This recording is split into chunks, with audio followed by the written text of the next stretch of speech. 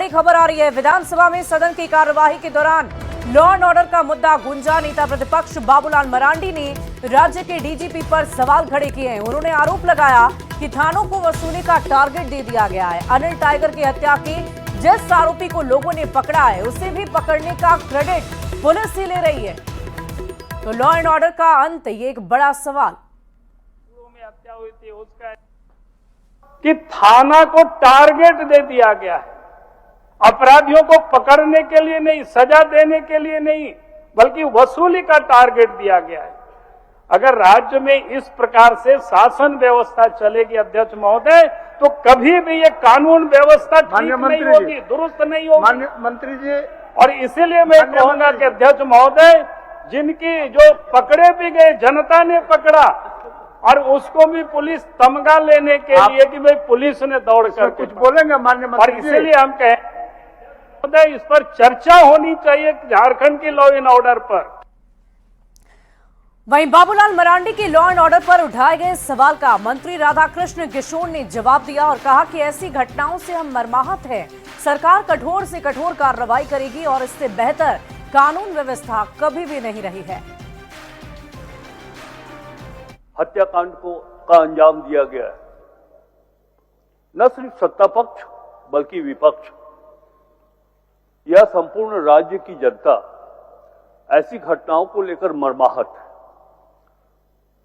हमारे अंदर भी वो तकलीफ है महोदय, और इस तरह के हत्याकांड को हमारी सरकार, माननीय हेमंत सोरेन जी के नेतृत्व वाली सरकार, दलीय आधार पर नहीं देखती। हम इंसानियत के रूप में देखते हैं कि एक मानवता का खून हुआ है महोदय। जहां तक मैंने कहा कि हम सभी मर्माहत हैं, कोई बख्शा नहीं जाएगा। कठोर से कठोर कार्रवाई सरकार करेगी, एक कदम हमारा पीछे नहीं जाएगा महोदय। लेकिन मैं ये कहना चाहता हूं, और फिर मैं इस बात को दोहरा रहा हूं कि एक कांड अत्यंत ही मर्माहत करने वाला कांड है। लेकिन एक कांड पर यदि विपक्ष का यह कहना है कि राज्य में कानून व्यवस्था खत्म हो गई है, मैं नहीं मानता हूं। इस राज्य में इससे बेहतर कानून व्यवस्था कभी नहीं हुई थी महोदय। और इधर सदन के बाहर मंत्री सुदिव्य कुमार का बड़ा बयान सामने आया है। उन्होंने ये दावा किया है कि लॉ एंड ऑर्डर को लेकर प्रशासन पूरी तरह मुस्तैद है। मंत्री ने कहा कि अनिल टाइगर के परिजनों को इंसाफ मिलेगा। सुदिव्य कुमार सोनू ने कहा कि वो बीजेपी की राजनीतिक नौटंकी को नहीं चलने देंगे। लोहरदगा मर्डर के तार अनिल टाइगर से जुड़ने के आरोप लग रहे हैं, जिसके बाद लोहरदगा मर्डर से अनिल टाइगर के कनेक्शन आरोप की भी जांच की जाएगी। और क्या कुछ कहा है वो आपको सुनवाते हैं। भारतीय जनता पार्टी ने जो बंद बुलाया है वो उनके लोकतांत्रिक अधिकार हैं, मैं उन पर सवाल नहीं खड़ा कर सकता हूं। एक राजनीतिक पार्टी को अपनी अभिव्यक्ति के लिए बंद बुलाने का अधिकार है। लेकिन मैं एक बात यह जरूर कहना चाहता हूं कि अगर अनिल टाइगर की हत्या के तार लोहरदगा की हत्या की घटनाओं से जुड़ रहे हैं और अपराध कर्म में पकड़ाए गए अपराधी को यह प्रतीत होता था कि लोहरदगा की हत्याकांड में मृतक अनिल टाइगर का हाथ था या उनकी संलिप्तता थी, तो निश्चित रूप से पुलिस इस मामले की भी जांच करेगी। तो राजनीतिक नाटकबाजी से झारखंड की जनता का ध्यान भटकाने का जो प्रयास कर रहे हैं, उस प्रयास में ये कामयाब नहीं होंगे। और इधर झारखंड में गिरती विधि व्यवस्था पर अब सत्ता पक्ष के ही नेता सवाल उठाने लगे हैं। पूर्व कांग्रेस विधायक अंबा प्रसाद ने कहा है कि विपक्ष हमेशा गलत नहीं होता है। उन्होंने राज्य भर में लॉ एंड ऑर्डर को लेकर पुलिस प्रशासन की कार्यशैली पर भी कई सवाल खड़े किए। वहीं बीजेपी विधायक नीरा यादव ने लॉ एंड ऑर्डर पर सवाल उठाए हैं। ये बिल्कुल राजनीति नहीं होना चाहिए, और कभी कभी विपक्ष जो होते हैं हर समय गलत नहीं होते, कभी कभी वो सही भी होते हैं। तो कभी कभी उनके बात पे भी हम सबको गौर करके और उनकी बातों को भी समझना चाहिए। और निश्चित रूप से जिस तरह से क्राइम हो रहा है, आज भी मेरे क्षेत्र में एक हत्या हुई, तो अपराधी बेलगाम और निरंकुश हो गए हैं। तो ये तो साफ दिख रहा है। और जैसा कि आपने बोला, तो कोई भी मंत्री को नहीं बयान देना चाहिए इन सब चीज़ों पे। अभी तो 15 घंटे हुए हैं इन्वेस्टिगेशन 15 घंटे भी नहीं हुए हैं, इन्वेस्टिगेशन अभी चालू ही है। तो इन्वेस्टिगेशन का लाइन ड्रॉ जो है कोई जनप्रतिनिधि या कोई मंत्री नहीं करना चाहिए, उसको पुलिस के प्रेस रिलीज के माध्यम से आना चाहिए। यहाँ पर तो आए दिन हर दिन झारखंड रंगा रहा है, खून की होली खेल रहा है। मतलब ये क्या हो गया है लोगों में? आज इस प्रकार से अपराधियों का मनोबल बढ़ाने के लिए आज कौन है इसका जिम्मेवार? इसको जरूर सरकार को संज्ञान में लेके गंभीरता पूर्वक विचार करना चाहिए। वहीं अनिल टाइगर की हत्या पर विपक्ष के साथ ही सत्ता पक्ष के नेता भी दुख जाहिर कर रहे हैं। कांग्रेस विधायक राजेश बैठा ने कहा कि अपराधी को उन्हीं की शैली में जवाब दिया जाना चाहिए। कांग्रेस विधायक ममता देवी ने भी घटना की निंदा की है। कांग्रेस विधायकों ने ये माना है कि कानून व्यवस्था की हालत खराब है और इसे लेकर कड़े कदम उठाने की जरूरत है। इस घटना में जो साजिश रचयाता है उसका खुलासा होना चाहिए। मारने वाला तो बाहर से, लेकिन यही का कोई इनका अगल बगल का जो भी होगा उस साजिशकर्ता को पहचान कर जल्दी से जल्दी प्रशासन उसका खुलासा करे। कानून व्यवस्था पर तो सवाल है ही, इसको मानते ही, लेकिन मुख्यमंत्री जी इस पर काफी गंभीरता पूर्वक इस पर ध्यान दे रहे हैं। जिस तरह का काउंटर इनकाउंटर का मामला चल रहा है आगे बढ़ेगा। जो अपराधी जिस तरह से कार्य करेंगे उसी हिसाब से प्रशासन भी आप जवाब देगी। जिस तरह से क्राइम बढ़ता जा रहा है और अंकुश लगाने का काम भी सरकार कर रही है, तो हमें लगता है कि और मुस्तैदी के साथ इन सभी कार्यों को करने की आवश्यकता है और विधि व्यवस्था और दुरुस्त हो और जो भी इस तरह की घटनाओं को अंजाम दे रही है उस पर भी सख्त से सख्त कार्रवाई हो। वहीं अनिल टाइगर की मौत के बाद पूर्व सीएम रघुवर दास ने मृतक के परिवार के सदस्यों से मुलाकात की है। इस दौरान रघुवर दास ने झारखंड की कानून व्यवस्था पर गंभीर सवाल खड़े किए और इसे राज्य गठन के बाद की सबसे खराब स्थिति करार दिया। उन्होंने लगातार हो रही हत्या को लेकर सरकार को घेरा। सरकार को कड़े कदम उठाने की सलाह देते हुए रांची, जमशेदपुर, धनबाद और हजारीबाग में कमिश्नरी व्यवस्था गठित कराने की मांग की ताकि कानून का राज कायम रह सके। सरकार का मैं दावा के साथ कह सकता हूं कि खुला संरक्षण है और इसके कारण ही आज अपराधी बेलगाम है। अलग राज्य गठन होने के बाद कानून व्यवस्था की स्थिति इतनी बुरी नहीं थी जितनी आज है और इसका मैं कारण मानता हूं कि झारखंड सरकार में जो ट्रांसपेरेंट होनी चाहिए, जो इफेक्टिव होनी चाहिए, जो भ्रष्टाचार मुक्त शासन होनी चाहिए, कहीं न कहीं एड़ी से चोटी तक लोग भ्रष्टाचार में लिप्त हैं। वहीं लॉ एंड ऑर्डर को लेकर सदन के बाहर भी बीजेपी नेताओं ने प्रदर्शन किया है। हाथों में तख्ती लेकर हेमंत सरकार पर हमला बोला। बीजेपी विधायकों ने हेमंत सरकार पर अपराधियों को संरक्षण देने का भी आरोप लगाया। तो इतना ही कहना चाहूंगी कि आए दिन हमारे प्रदेश में, हमारे राज्य में ऐसी घटनाएं जो हो रही हैं, इसकी जिम्मेदार कौन है? क्या ये कानून व्यवस्था सिर्फ जनता के लिए है? क्या राज्य में कोई सुरक्षित नहीं है? सरकार को इस पर अपना ध्यान जो है केंद्रित करना चाहिए और कठोर जो है कानून बनाने की भी आवश्यकता है।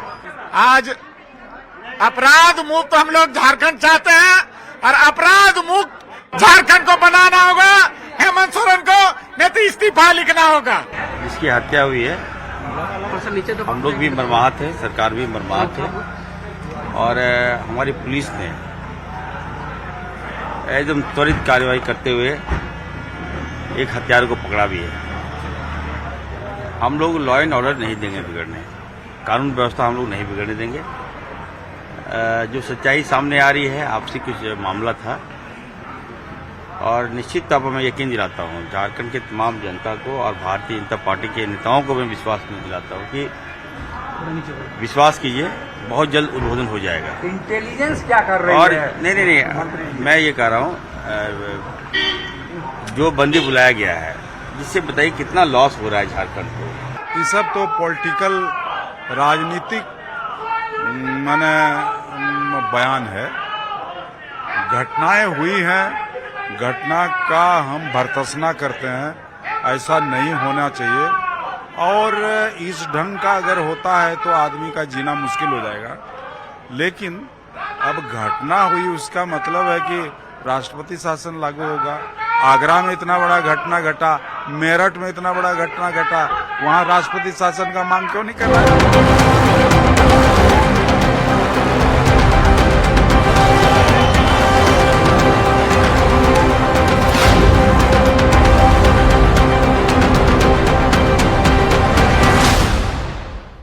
और अनिल टाइगर की हत्या से बीजेपी नेताओं में गजब का आक्रोश है। झारखंड में योगी मॉडल लागू करने की मांग की जा रही है। रक्षा राज्य मंत्री संजय सेठ ने ये मांग की है। कहा है कि ये जंगल राज पार्ट 2 है। झारखंड में लागू हो योगी मॉडल। तो इस वक्त की बड़ी खबर आपको राजधानी रांची से बता रहे हैं, जहां रक्षा राज्य मंत्री संजय सेठ की तरफ से ये बड़ी मांग की गई है। तो ये जंगल राज पार्ट 2 है। संजय सेठ ने यह भी कहा है, उनकी मांग है कि जल्द से जल्द झारखंड में भी उत्तर प्रदेश सरकार की तरफ से जारी किए गए मॉडल को यहां भी जारी किया जाए। आपको बता दें कि उत्तर प्रदेश में अपराधियों के खिलाफ लगातार पुलिस को ये आजादी दी गई है कि वो आसानी से एनकाउंटर कर सकते हैं, और इसी की मांग झारखंड में भी की जा रही है।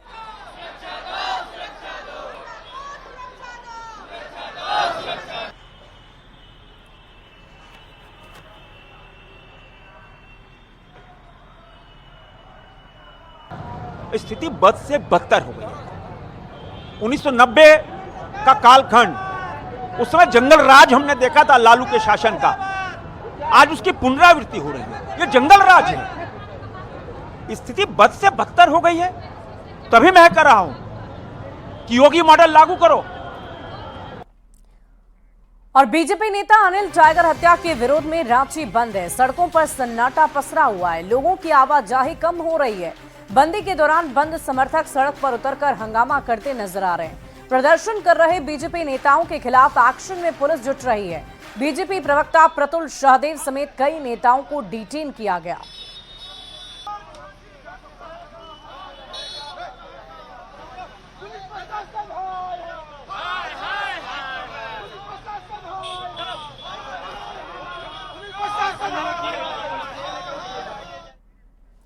और आपको अलग अलग तस्वीरें हम दिखा रहे हैं आपकी टीवी स्क्रीन पर। 5 तस्वीरें इस वक्त है। सड़क पर कैसे आंदोलनकारी उतरे हैं वो तस्वीरें हम आपको दिखा रहे हैं। दीपक प्रकाश के घर पुलिस पहुंची, वो भी तस्वीर हम आपको दिखा रहे हैं। टायर जलाकर कैसे लोगों ने प्रदर्शन किया है। रांची बंद का मिला जुला असर पूरी राजधानी में देखा गया और बीजेपी नेता को डिटेन भी किया गया, वो तस्वीरें भी हम आपको दिखा रहे हैं। तो टाइगर की हत्या से झारखंड सुलग रहा है। बंदी बुलाई गई थी और ऐसे में लोगों का आवागमन सड़कों पर काफी कम नजर आया, क्योंकि बंद के समर्थकों की तरफ से जगह जगह उपद्रव मचाया जा रहा था, आगजनी की जा रही थी। और रांची से ही बड़ी खबर आ रही है। रांची बंद का मिला जुला असर देखने को मिला। करीब 100 बंद समर्थक डिटेन किए गए हैं। इस वक्त की बड़ी खबर आपको राजधानी रांची से बता रहे हैं। बंद के बाद जनजीवन सामान्य हुआ है। संवेदनशील जगहों पर पुलिस टीम तैनात की गई। अनिल टाइगर की हत्या पर बंद का आह्वान। बीजेपी आजसू ने रांची बंद बुलाया था। तो राजधानी रांची से ये बड़ी खबर आ रही है। करीब 100 बंद समर्थक डिटेन किए गए। बंद के बाद जनजीवन सामान्य हो गया है।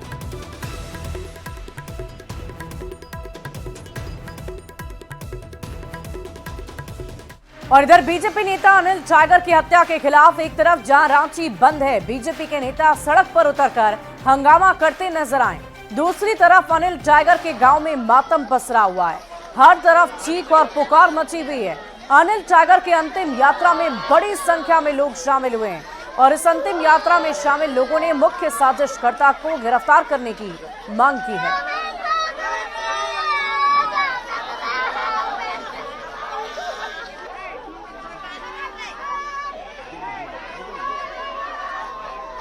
तो तस्वीरें हम अनिल टाइगर के अंतिम यात्रा की आपको दिखा रहे हैं, जहां रोते बिलखते ना सिर्फ परिजन हैं बल्कि गांव के लोग भी हैं। पूरा क्षेत्र मर्माहत है, दुखी है। आज हम लोग के बीच से एक परिवार में जो गार्जियन होता है, इसी तरह पूरा हर समाज से ही गार्जियन थे, एक बरगद के समान थे। सभी इनसे आशा और भरोसा रखते थे, वो आज हम लोग के बीच नहीं रहे। इसलिए हम प्रशासन से मांग करते हैं कि जो भी इस तरह का साजिश करता हो या घटना को अंजाम दिया हो, उस पर कड़ी से कड़ी कार्रवाई हो। सबसे पहले तो ये घटना बहुत ही दुखदायी और घृणित है इसकी मैं भर्त्सना करता हूं। और मृतक इंद्रजीत अनिल टाइगर मेरा छोटा भाई था और इस सबको बच्चा से बड़ा किए हैं हम लोग। और भले आज वो आजसू या बीजेपी में हो, लेकिन संस्कार उसके बहुत ऊंचे थे और इज्जत सबों की करता था। एक अच्छा लीडर, क्षेत्र का लीडर, अच्छा लीडर हम लोगों के बीच से चला गया, जो जिसकी कमी अपूरणीय है। मैं मृतक के परिवार के साथ हूं और अपनी संवेदनाएं प्रकट करता हूं। और जो भी ग्रीवांसेस मृतक के परिवार के तरफ से हो या समाज के तरफ से हो, सरकार उसे अविलंब पूरा भी करना चाहेगी। बढ़ते आगे अगली खबर राजधानी रांची से, जहां अनिल टाइगर का पार्थिव शरीर के अंतिम दर्शन करने के लिए सुदेश महतो उनके पैतृक गांव पहुंचे। इस दौरान सुदेश महतो ने कानून व्यवस्था पर कड़े सवाल खड़े किए। उन्होंने कहा कि सरकार में कोई जिम्मेवारी लेने वाला नहीं है। आज के बंद को सफल बताते हुए कहा कि आज सालों बाद ऐसी स्थिति देखने को मिली है क्योंकि लोगों ने स्वेच्छा से ये बंद किया है। लगता है कि ये 2 दिन घटना कल और आज, लेकिन कोई जवाबदेह, कोई भी आए, किसी की सरकार रहे, कोई मायने नहीं रखता है, लेकिन एक जवाबदेही होती है। ये कुर्सी जवाबदेही का है और कुर्सी के आधार सरकार मौन बैठी हुई है। ये लाचार व्यवस्था झारखंड का है। देखा है यहाँ किसी दलीय पर नहीं, बल्कि सभी लोगों ने इस स्थिति पर अपनी चिंता जाहिर की और स्वतः सब लोगों ने साथ दिया इस आह्वान का। और अगली खबर रामगढ़ के रजरप्पा थाना क्षेत्र से, जहां के चटाक गांव में सौतेली मां ने 13 साल की बच्ची पर खौलता पानी डाल दिया, जिससे लड़की पूरी तरह से झुलस गई है। पीड़ित के चाचा और ग्रामीणों ने रजरप्पा थाने में लिखित शिकायत दर्ज कराई और दोषियों पर कानूनी कार्रवाई करने की मांग की है। जानकारी के मुताबिक इफ्तार की तैयारी के दौरान आरोपी मां ने पीड़ित पर गर्म पानी फेंक दिया और कलछी हाथों पर मार दी, जिस कारण लड़की गंभीर रूप से घायल हो गई। फिलहाल लड़की का अस्पताल में इलाज जारी है। आलू सीजल दिलिए छुट्टी तो ओकरे में हम सोचलिए सीझल है कि ना, तो दिखाए रही तो ओकरे में हाथों खुचे गए, थोड़ा सा ओकर चेहरों में छिटकले और हमारे मैया के और थोड़ा सा जांगुआ में, तो ओकरे में बोले थे हमरा पुड़े ले, रुक तोरा पुड़ावे। उसके बाद फिर डेक्ची ले पनिया उठाए, फिर हमें पास शरीर में मुझे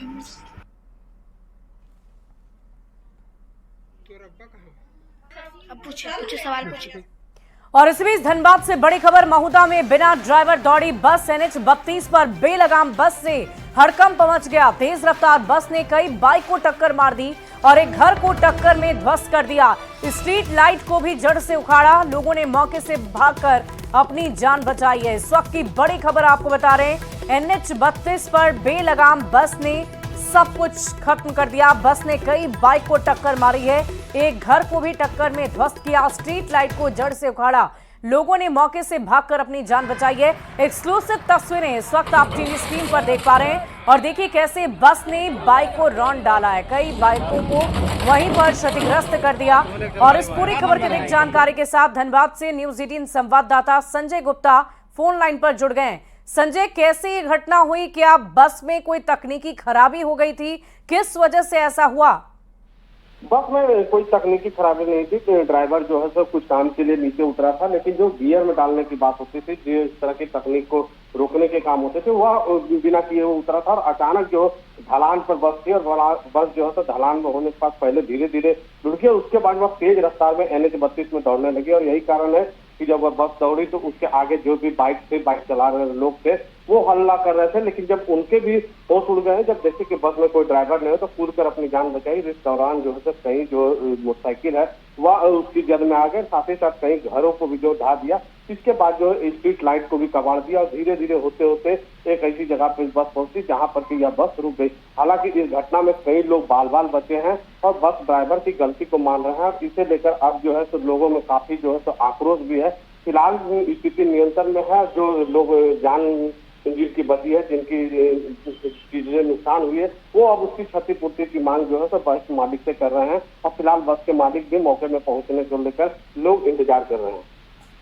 चलिए संजय, इस पूरी खबर पर आप लगातार नजर बनाए रखें। बहुत बहुत शुक्रिया आपका हमारे साथ जुड़ने के लिए। लेकिन एक्सक्लूसिव तस्वीरें कटने वाला था तब मेरा नजर गया ड्राइवर के ऊपर कि ड्राइवर हो सकता है कि नहीं, ये सो गया, इंजन में लग गया, तो ड्राइवर देखते ड्राइवर है ही नहीं, तो हम लोग तो डिवाइडर में गाड़ी सटा करके उतर के भाग गए। मेरे गाड़ी पर चढ़ा करके गाड़ी ड्राइवर पर से फिर आगे रिटर्न अपने साइड में। हम स्नान कर रहे थे सर, मेरा ननद बर्तन मैस रही थी। कैसे बस आ रहा था पूरा तेज रफ्तार से, ड्राइवर नहीं था बस में। अच्छा। आवा के पोलवा में टकरा के मेरा देवला में टकरा गया। और इसी बीच बोकारो से बड़ी खबर आ रही है। सीबीआई की टीम के साथ बोकारो में मारपीट का नया वीडियो सामने आ गया है। वीडियो में साफ दिख रहा है लोग गाड़ी पर बैठे हैं, सीबीआई अधिकारियों को उतारने की बात कह रहे हैं और इसके बाद सीबीआई के अधिकारी की गाड़ी से उतरते ही लोगों के साथ हाथापाई करने लगे। आपको बता दें कि हरला थाना क्षेत्र के कालीबाड़ी के पास धनराज चौधरी रिकवरी एजेंट को धनबाद एंटी करप्शन की टीम पकड़ने पहुंची और पकड़ने के बाद गाड़ी में बैठकर पूछताछ की जा रही थी और इसी दौरान ये मारपीट हुई है।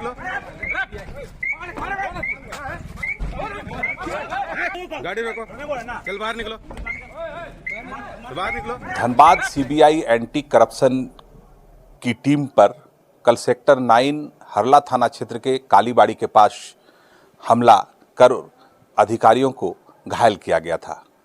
इस मामले में एक वीडियो सामने आया है, जिस वीडियो में यह दिख रहा है कि कुछ लोगों ने सीबीआई की गाड़ी में बैठे अधिकारियों को नीचे उतरने को कहा। इस दौरान जब बात हो रही थी तो सीबीआई के अधिकारी गाड़ी से उतरे और सीधे हाथापाई शुरू हो गई। हालांकि स्थानीय लोगों ने ऑफ द कैमरा बताया है कि जब सीबीआई की टीम धनराज चौधरी को लेकर जा रही थी मौके से, तब लोगों ने समझा कि कोई व्यक्ति को किसी के द्वारा किडनैप किया जा रहा है। इसी का विरोध लोगों ने किया, उसके बाद यह घटना घटी है। जिस प्रकार से वीडियो सामने आया है, हम कह सकते हैं कि सीबीआई के अधिकारियों ने अगर संयम से काम लिया होता और अपना परिचय लोगों को दिया होता तो इस तरह की घटना बोकारो में नहीं होती और बोकारो सुर्खियों में नहीं आता।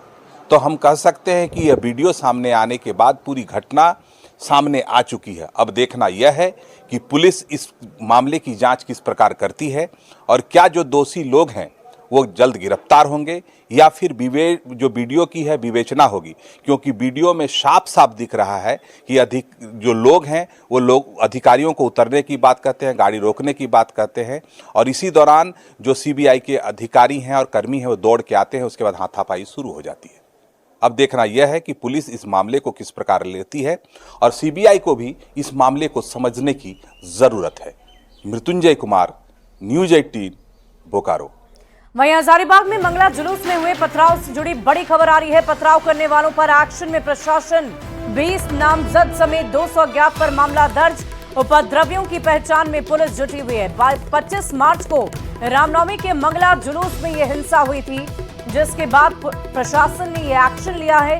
20 नामजद और 200 अज्ञात पर मामला दर्ज किया गया। उपद्रवियों की पहचान में फिलहाल पुलिस जुटी है। और देखिए अब तक क्या कुछ हुआ है वो आपको बताते हैं। मंगला जुलूस के दौरान हिंसा की तस्वीर सामने आई और उसके बाद दो समुदाय के बीच जमकर पथराव हुआ, जिसकी तस्दीक ये तस्वीर कर रही है। और इसके अलावा पथराव के बाद हिंसा भड़क उठी। दोनों पक्षों के लोगों की तरफ से जमकर उपद्रव मचाया गया। झंडा चौक पर यह पथराव हुआ, बैरिकेडिंग तोड़ी गई, पुलिसकर्मियों के साथ झड़प हुई, लोगों पर पुलिस ने लाठियां चटकाई और जब बात उससे भी नहीं बनी तो 4 राउंड फायरिंग भी की गई। फिलहाल स्थिति शांतिपूर्ण और नियंत्रण में बताई जा रही है। उपद्रवियों की पुलिस लगातार पहचान कर रही है, जिसके तहत 20 लोगों पर गिरफ्तारी की बात सामने आई है। प्रशासन लगातार एक्शन में है। मामला दर्ज 200 नामजद लोगों पर किया गया है। 20 नामजद समेत 200 अज्ञात पर यह मामला दर्ज हुआ है। और फिलहाल इस बुलेटिन में अभी के लिए बस इतना ही। आप बने रहे।